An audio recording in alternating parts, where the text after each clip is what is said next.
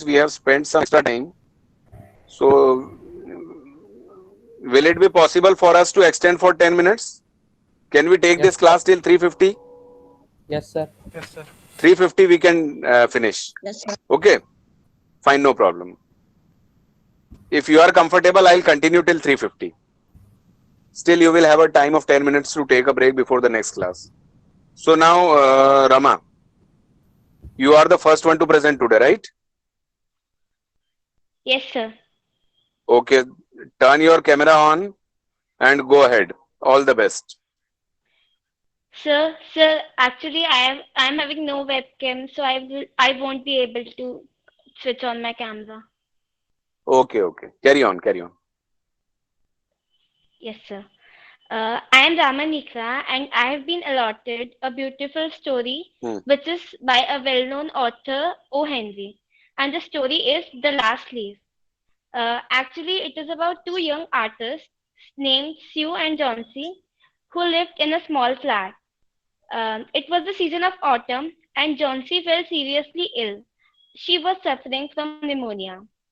She just lied in her bed and kept staring out at the window. Sue was worried about Johnsy's health, and so she called a doctor. But Johnsy's condition was not improving. The doctor said that Johnsy has no will to live. So Sue tried to convey Johnsy's mind to different things and talked about different things. But suddenly, when she was talking, she heard Johnsy counting backwards while staring out of the window. Sue asked Johnsy, "What's the matter?" And looked out at of the window. Then Sue saw an old ivy creeper whose leaves were falling one by one by the strong wind. Johnsy said that when the last leaf will fall, I would die. Sue said, "Oh, stop, Johnsy, this is nonsense. The doctor says you will recover soon." But Johnsy was saying continuously, "Let me die peacefully, let me die. I will have to die." Sue was very worried. She rushed down to Mr. Behrman, who was a 60-year-old artist who had a dream to make a masterpiece and lived on the ground floor. Sue told everything to Mr. Behrman. He said that Johnsy needs some encouragement. I will also come with you. They both went upstairs and they saw that Johnsy was sleeping. Mr. Behrman returned and Sue slept beside Johnsy. That night was very stormy and there was no hope for the last leaf to survive. Now, in the morning, when they both woke up, Johnsy asked Sue to open the curtains. I wanted to see the creepers. Sue was very nervous, but she had no choice except opening the curtains. The last leaf was still there. This was a miracle. But Chauncey said that the leaf would fall today and I will die. But the leaf didn't fall. And slowly Chauncey realized her mistake. And she said to Sue, "I'm sorry, my dear friend. I wanted to die, but now I've understood my mistake. To die is a big sin. Now I have understood that you helped me a lot." And on hearing this, Sue became very happy. And the doctor came to examine her. After the doctor examined Johnsy, he said to Sue that now Johnsy has a will to live, and there is a hope for her to live, and she would recover soon. And then the doctor said that now I would have to go to ground floor to examine Mr. Behrman. He is also suffering from pneumonia, and he has no hope. He was found lying on the ground on that stormy night. Now Sue understood everything. She went to Johnsy and said that, "Do you know why why the last leaf is not moving while the wind is blowing? Because it is the masterpiece made by Mr. Behrman, who has died from pneumonia. On that night, on the stormy night, Mr. Behrman, to give you hope, to give you strength to live, he actually painted the masterpiece. And unfortunately, he has died." from this, the central theme of the story is that we should never leave hope and we should help others. And the best character I liked in the story is Mr. Behrman, who didn't take care of himself, but to give hope and strength to Johnsy, he painted the masterpiece. And the best part I liked about in the story is when Johnsy realized her mistake and she regretted uh, to Sue that she was wrong. That's all. Okay, beta. Good. Now the class may ask her a question if they want to. If there was something that you could not understand or you want to know better, you can ask a question to Rama. Anybody. And if you don't have any question, then Rama will ask one or two questions to you all.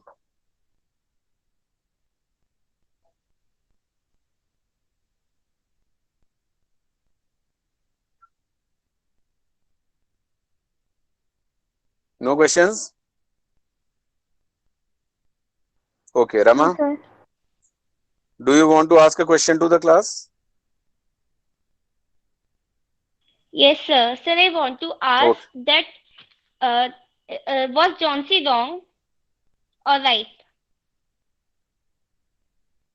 In what sense? when she wanted to die and she had no encouragement to live? She was getting depressed. So dragging someone into depression, is it right or wrong? You want to ask this thing, right? Yes, sir. Okay, beta. Who would like to speak on this? Sir, Ratika. Yes, beta. Sir, it was wrong of Johnsy to think like she wanted to die because her friend was taking care of her and she was trying to convince her that she was not gonna die, but Hmm. still she was, uh, but still she wanted to die. So you mean to say the negativity that she has developed in her mind was not at all required. It was rather pushing herself into further illness. This negativity of her mind was stopping her from recovering. This is what you want to say, Yes, right? sir. Okay. Anybody else? Do you all agree that we should stay away from the negativity? All kind of Yes, sir. negativity, all kind of depression. If Yes, you sir. think positive, you can definitely improve your health, right? And you don't become a burden on others. See that her friend was always constantly helping her. She was always constantly worried about her. Even Mr. Berman, he risked his own life. So there are people around you who take care of you, who are worried about you, who want to do something for you. But for that, you need to cooperate with them also, isn't it? Okay, beta.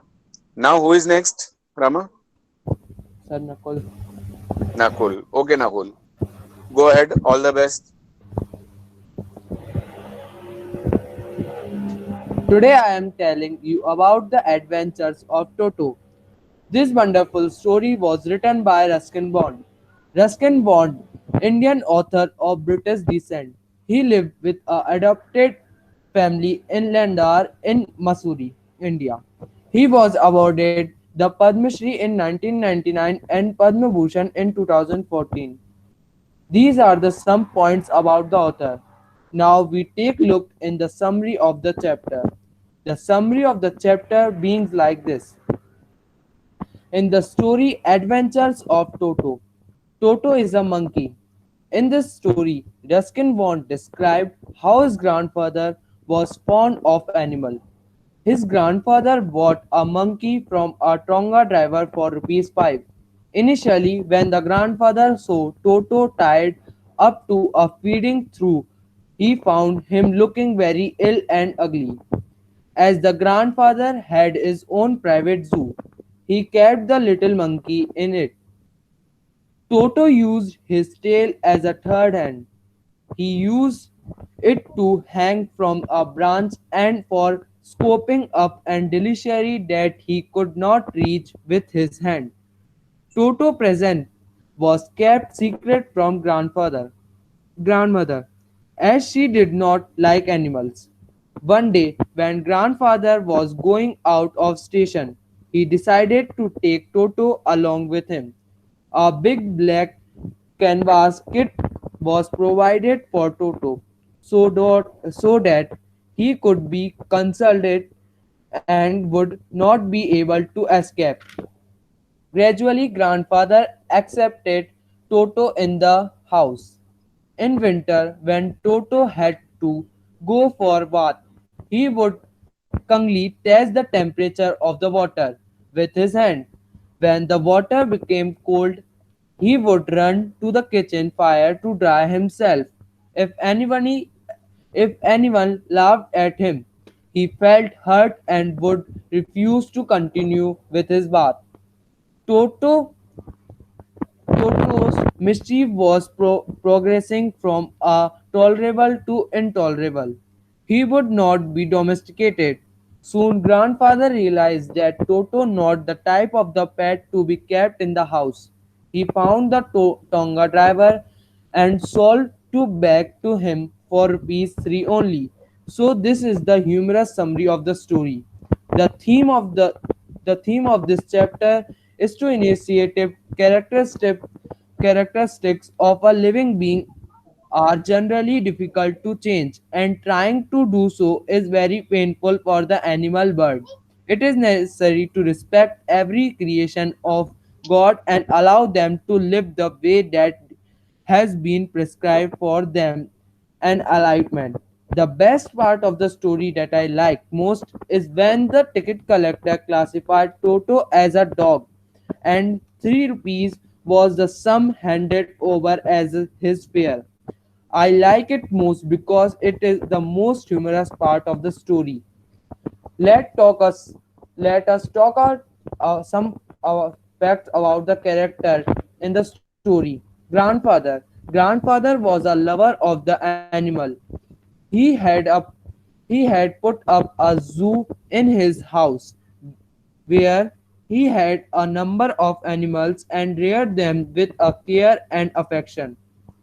He bring home monkey named Toto. Toto the monkey. Toto was a beautiful little monkey. He was with a Tonga driver. Toto used his tail as a third hand. Toto was a intolerable monkey. Grandma. Grandmother does not like animals, but later she started loving Toto. The character that I like most is the grandfather because he was much caring and responsible person in the story. He has beautifully explained the physical appearance of Toto. Even though grandma was against of keeping any pet, then also as grandfather was kept pet lover, he had many other pets live very socially together. The moral of the story is filled with the right kind of teaching of the excellence that we should love nature and its creatures. Do not harm them in any way. Thank you.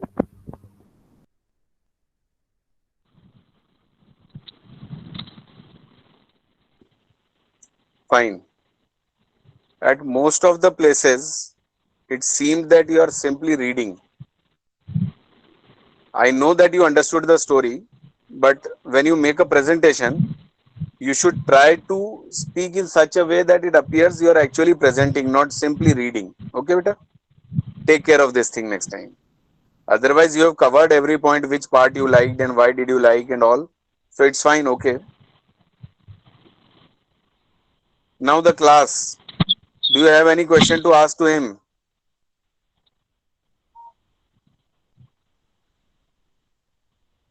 Class, do you want to ask anything to him?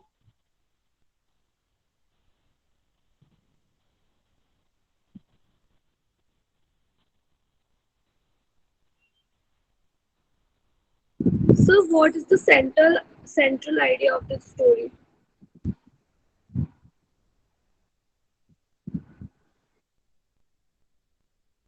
Nakul, Yes, question for sir. you.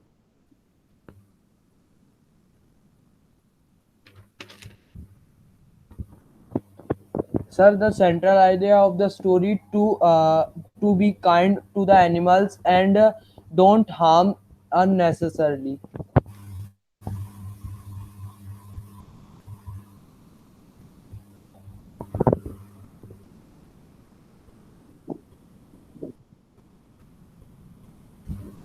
Okay. Now, Nakul, do you have any question to ask to the class? No, sir. Fine. Rama, who is third student? I Nilay. Sir Nilay. Nilay. Okay, Nilay, turn your camera on and go Yeah, yes, ahead. sir. Yes, sir. I am Is this boy going to Nilay? Wait, Nilay, wait. You're not in school uniform, it seems. yes, sir. Beta, it is all recorded and we upload it on YouTube. You know that? Yes, sir. And perhaps in the beginning, when I was assigning this activity, I made this thing very clear that the presentation should be made in Sir, school actually, uniform. the So new see, shirts are not there, sir. No. हाँ बेटा? Sir, the new shirts are not available yet at the store, sir, No, and no, the older you ones are must be very far having, from me. beta, you In the must be last having time, house uniform. yes, House sir. uniform you don't have, Yes, huh? sir, I have. Yes, sir. So you do one thing. I am asking next student to make presentation. Meanwhile, just put on your house uniform T-shirt, okay? Yes, sir. And then you can make presentation. ठीक है बेटा? I'm giving you time. Meanwhile, some other student can make presentation. Rama, who is next? Shubham. Okay. Shubham, get ready. Turn your camera on and start.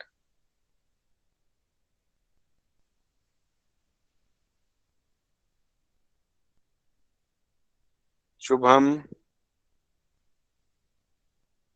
it seems he is not there. Yes, sir. Sir, he just left the meeting. He just left the meeting. Okay. Do we have one more name after Shubham? Rama? Yes, sir. Pujit. Pujit. I think Pujit is there. Yes, sir. Okay, beta. Turn your camera on. Yes, sir, it is on. Arey, but there is a problem with your camera, na? Even when you turn it on, nothing is visible.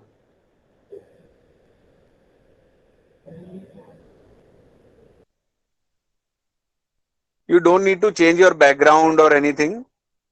Okay. If you put a wallpaper, then the contrast line disturbs.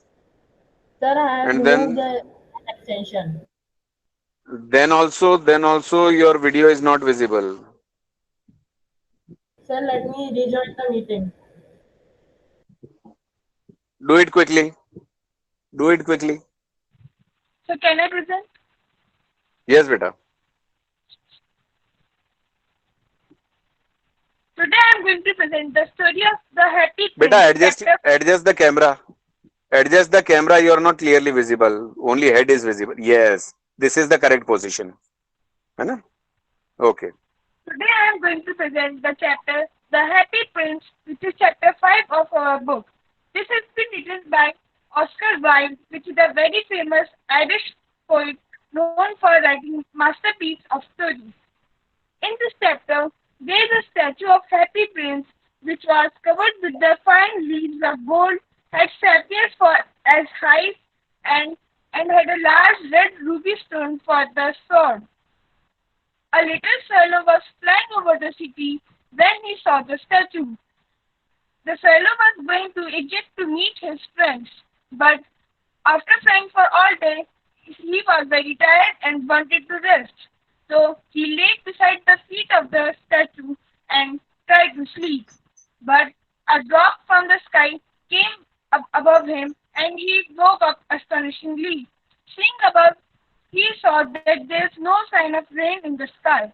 Yet he thought that it must be anything else. So I should try to sleep again. When he tried to sleep, another drop of rain came over him. But astonishingly, there was nothing. So he flew up and saw that the happy prince's eyes were wet and he was crying. So he asked him, "Who are you?" The statue replied, "I am the happy prince." And so the swallow asked, "Why are you weeping then? You are the happy prince, so you should be happy." But the statue replied, When I was a human, I had a hut, and I used to live in a palace where sorrow was not there. So I never cried. But now I am dead, and they stood me over a statue, and I am made so tall that I can see the whole city. And besides there, the mystery of my city, the poorness of the city, how the poor are crying in my city, and I cannot do anything. So will you help me? The swallow replied, "Sorry, prince, but I cannot help you. I have to go to Egypt tomorrow." But the prince replied very softly, "Please, swallow, can you please help me? Take this ruby from my sword and give it to a woman there. She is very sad and crying. Her hands are all pricked with the needle, and his child is weeping. The child is having fever, and yet they do not have anything to eat. So can you give him? This will give him some money to eat." The swallow replied, "Okay, prince, I will give it to them."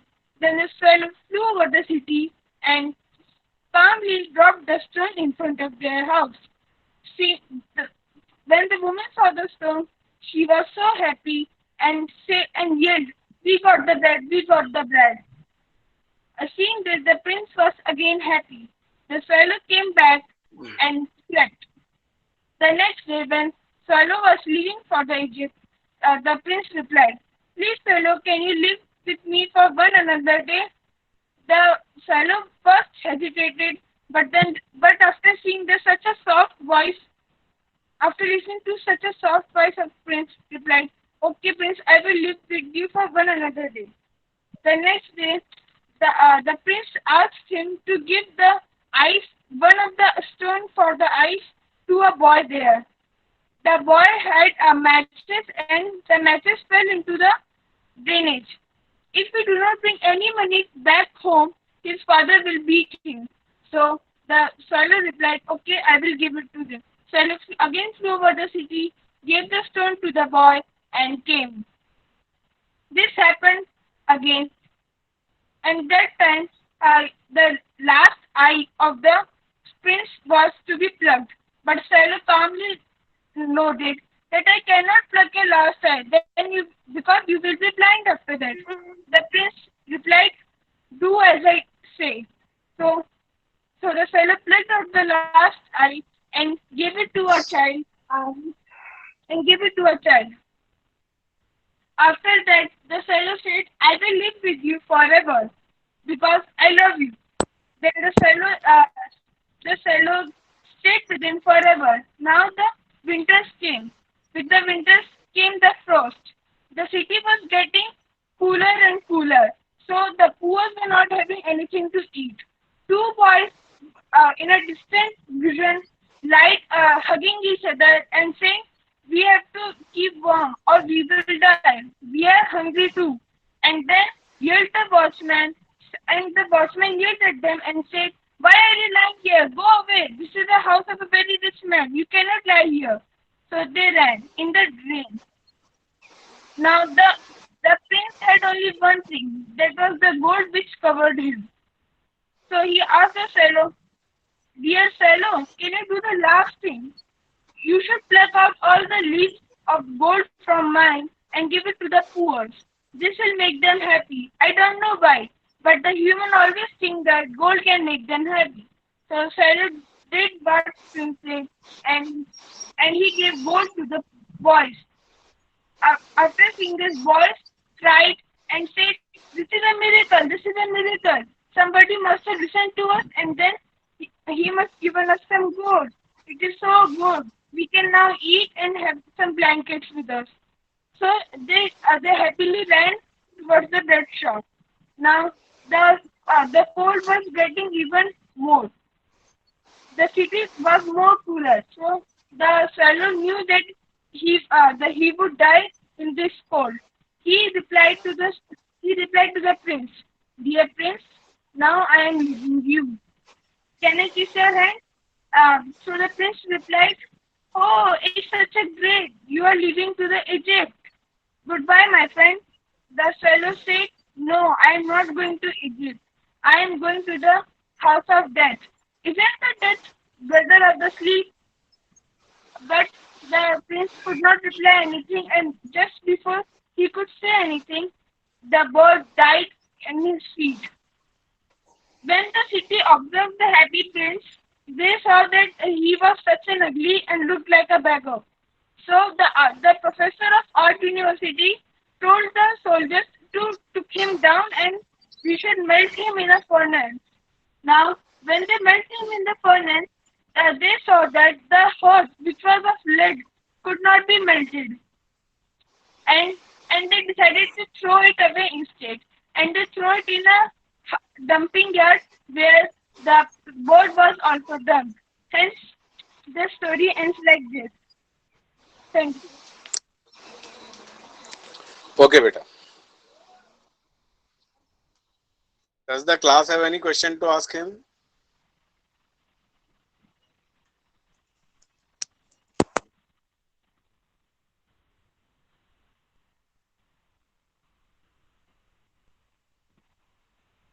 No questions?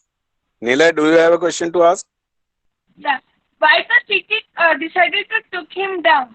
Instead, they could have left them there, but why the city decided to take him down instead? Hmm.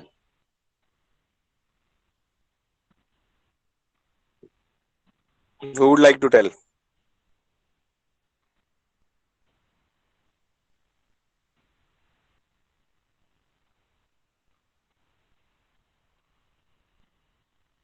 You can try at least, beta.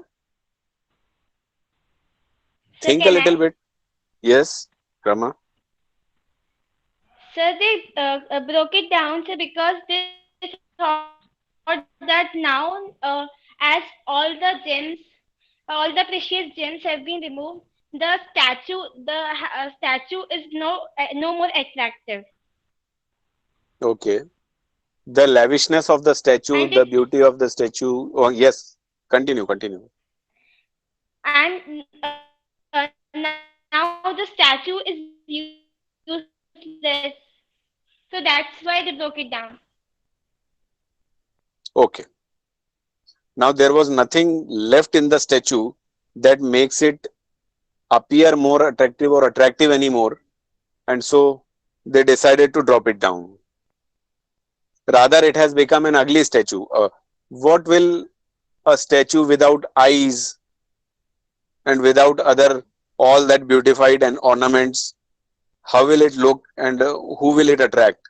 So they thought instead of keeping such an incomplete ugly statue, it should be removed. This is what you are trying to say, right? Yes, sir. Okay. Any other answer?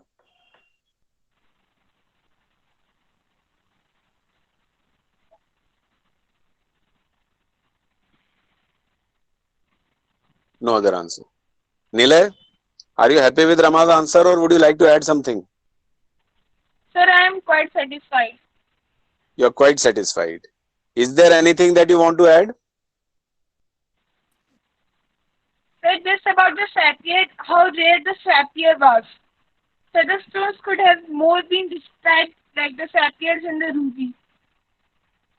Sapphire. Call it sapphire.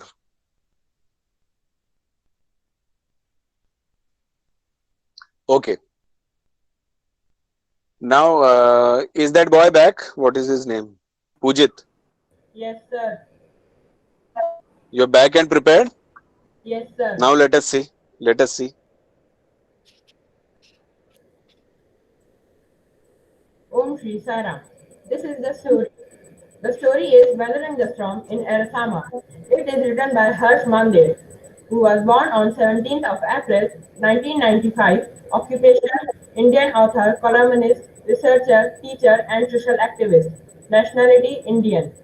The summary starts with on 27th October 1999, Prashant, a young boy, went to Ersama to his friend's house. Ersama is a small town near coastal Odisha, which was 18 kilometers away from his village. In the evening, suddenly weather changed, and a strong storm, supercyclone with devastating winds occurred. The wind velocity was 350 km per hour. The cyclone was continued for 36 hours. The storm was followed by heavy rain, which washed away several houses and animals and people. Prashant and his family took shelter on the rooftop, where they spent 2 nights. Prashant could see the super cyclone. He was worried about his family. He started his journey for his village. He covered 18 kilometers to village through the waist deep water. He had to push many human bodies, animals. Eventually, Prashant reached his village. His heart went full. He thought his family couldn't survive the catastrophe. He was happy to see his family in the Red Cross camp. Prashant decided to come forward to arrange food and medicines for the victims. He formed a group of youth and elders. They pressurized the local merchant to give them some rice. They cleaned the shelter of filth, urine, etc.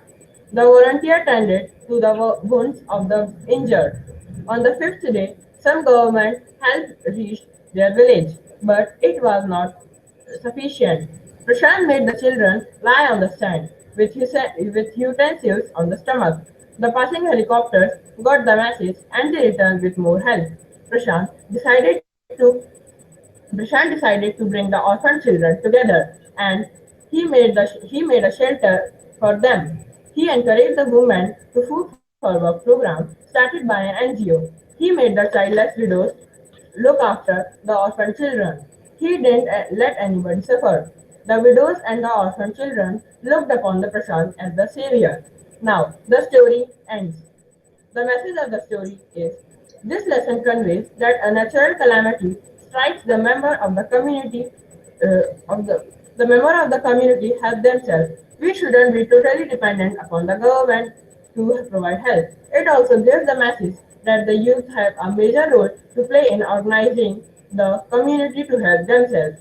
Youth should provide a leadership role to solve the problems of the common people. We saw the leadership provided by Prashant during the superstorm in Ersama village.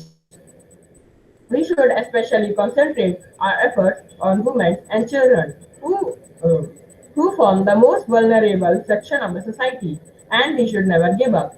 The best part of the story, according to me, was when Prashant decided to come forward to arrange things and to become leader because he not only thought about his family but he also thought about his whole village and he tried his level best to help the member of his community to restart their life. The theme of the story The theme of the story is when a natural calamity like a storm takes place, people are put through a lot of suffering. Apart from the help of the government, provides the member of the community should also mobilize themselves to solve their problems. In this story, we see how a young boy, hardly 19-year-old, take the initiative and help the member of his community to stand on their feet. His leadership qualities are praised. Now, the sketch of Prashant. Prashant is a young 19-year-old boy. He finds himself in a village devastated by a superstorm in Odisha in 1999. He visits the storm shelter in his village and decided to help them out. He takes up the leadership role and starts organizing the people for several months. He helps the people to overcome the difficulties and come back to their normal life. He becomes a savior of orphans and widows. Thus, we find Prashant to be a born leader who is ready to work hard to help people to solve their problems. The people of his village are grateful for all his efforts, his role and models for youth of our country. Thank you. Okay, beta. Class, any questions?